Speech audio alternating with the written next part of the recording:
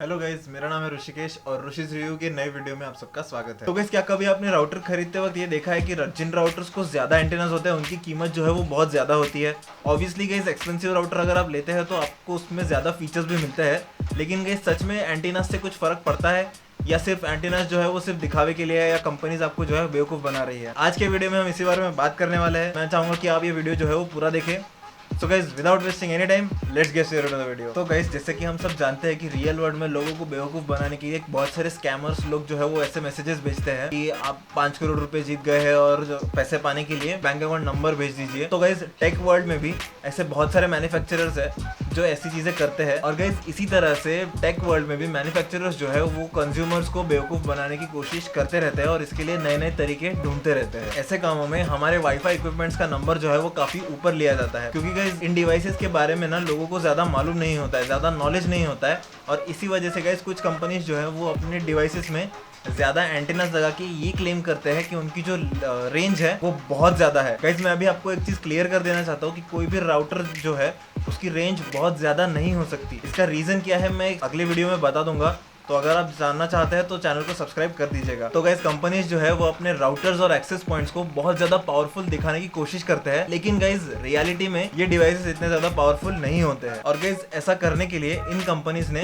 एक टेक्नोलॉजी भी डेवलप की है जिसका नाम है मोमाइमो। अगर गाइज मैं इसका एक्चुअल फुल फॉर्म बताऊं तो इसका फुल फॉर्म है multi user multi input multi output, और इसका रियल शॉर्ट फॉर्म जो है वो है MU माइमो। तो गाइस, इसे अच्छी तरह से समझने के लिए हमें वाईफाई के पुराने दिनों में जाना होगा जब वाईफाई राउटर्स को जो है सिर्फ एक ही एंटीना हुआ करता था। तो गाइस, हम मान लेते हैं कि एक राउटर एक एंटीना के साथ सिग्नल भेज रहा है और वो सारे सिग्नल्स आ रहे हैं आपके लैपटॉप या फिर मोबाइल्स तक अलग अलग इंटरवल्स पे, मतलब अलग अलग टाइम्स पे। और गाइस, ये एक्चुअली ना एक एको की तरह होता है। और गाइस, इन सारे सिग्नल्स का आपके लैपटॉप तक अलग अलग इंटरवल्स पे या फिर अलग अलग टाइम्स पे आने की वजह से बहुत ज्यादा इंटरफियरेंस क्रिएट हो जाती है। इसका सॉल्यूशन हमें मिला 2009 में जब वाईफाई का नया स्टैंडर्ड या फिर नया वर्जन लॉन्च हुआ, जो कि था 802.11n। और गाइस, इसका नाम था मल्टी इनपुट मल्टी आउटपुट या फिर मीमो। गाइस, अगर मैं मीमो को सिंपल वर्ड्स में एक्सप्लेन करूं तो गाइस, राउटर में हमें 2 एंटेना और 2 रेडियोस मिलेंगे, और वैसे ही 2 एंटेनास और 2 रेडियोस हमारे क्लाइंट डिवाइसेस में होंगे। गाइस, जैसे मैंने पहले कहा था कि जब एक सिंगल एंटेना वाला राउटर जो है वो थोड़े थोड़े इंटरवल पे डेटा भेजता है, उसकी वजह से बहुत ज्यादा इंटरफियरेंस क्रिएट होती है। तो गाइस, 2 एंटेना और 2 रेडियोस के कॉम्बिनेशन की होने की वजह से ये डेटा जो है वो बहुत अच्छी तरीके से रिसीव हो पाता है। अच्छी तरीके से समझा देता हूँ कि गाइस, जब एक राउटर में 2 एंटीनास है और उसी 2 एंटीनास के साथ हमें 2 रेडियोस भी मिलेंगे, और जैसा कि मैंने कहा कि मीमाइमो में ये चीज़ दोनों तरफ होती है, मतलब राउटर में भी होती है 2 एंटीनास और 2 रेडियोस, और फिर अपने डिवाइसेस में भी ये 2 एंटीनास और 2 रेडियोस होते हैं। सिग्नल जब राउटर से निकलता है तब वो इंटरवल्स पे ही निकलता है, अलग अलग इंटरवल्स पे। लेकिन गाइस, जब वो लैपटॉप तक पहुंचता है तो लैपटॉप के जो एंटेना और जो रेडियो होते हैं वो दोनों सिग्नल्स को जो है वो मर्ज करके रिसीव करते हैं। इसकी वजह से गाइज जो इंटरफियरेंस होती है वो बिल्कुल ही हट जाती है।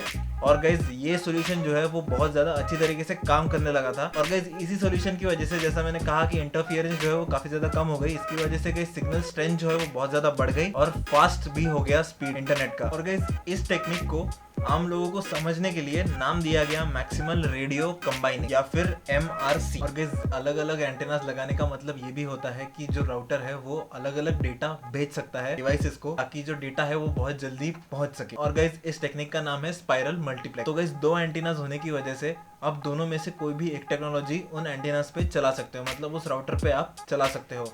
अगर आपको MRC चलानी है तो आप MRC यूज़ कर सकते हो, अगर आपको स्पाइरल मल्टीप्लेक्सिंग चलाना है तो आप स्पाइरल मल्टीप्लेक्सिंग भी उस पर यूज़ कर सकते हो।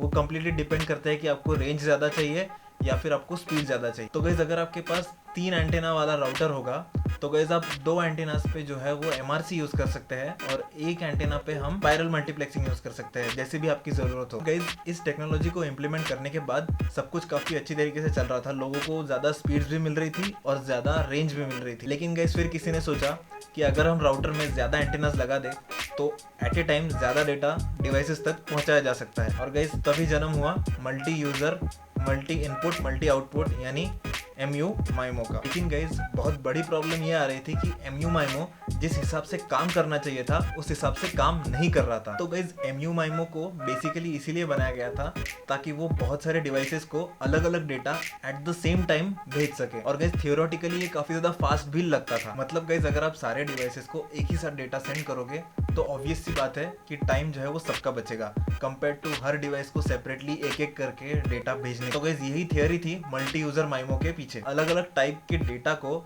अलग अलग डिवाइसेस में एक साथ सेंड करने में एक बहुत बड़ी प्रॉब्लम थी कि अगर आपको डेटा एक साथ सेंड करना है तो डेटा की साइज भी जो है वो सेम होनी चाहिए।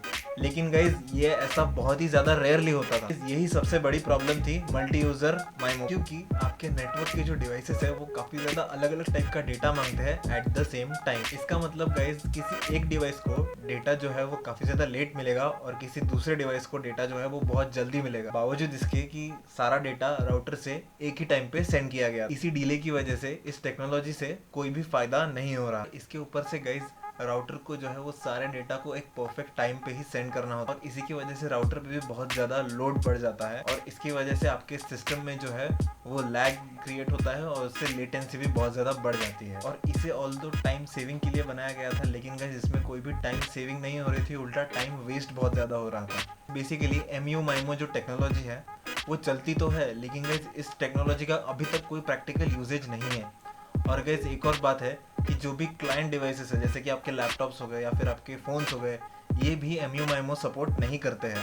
अगर गाइस हम हाई एंड डिवाइसेस को भी देख ले जैसे कि आईफोन्स, iMacs या फिर iPad, जितने भी महंगे डिवाइसेस हैं वो भी MU MIMO को सपोर्ट नहीं करते हैं। और उसका रीज़न यही है कि इसमें जो है वो बहुत ज़्यादा लैग क्रिएट हो जाता है और डिवाइस को जो है वो फास्ट करने की जगह ये डिवाइस को थोड़ा और ज़्यादा स्लो कर देता है। तो इसका मतलब गाइज ये होता है कि जब आप राउटर खरीदने जाए अगली बार तो गाइज आप बिल्ड क्वालिटी और रेंज या फिर आपके जो भी नेसेसिटीज़ होंगी उनके अनुसार आप राउटर परचेज कीजिए।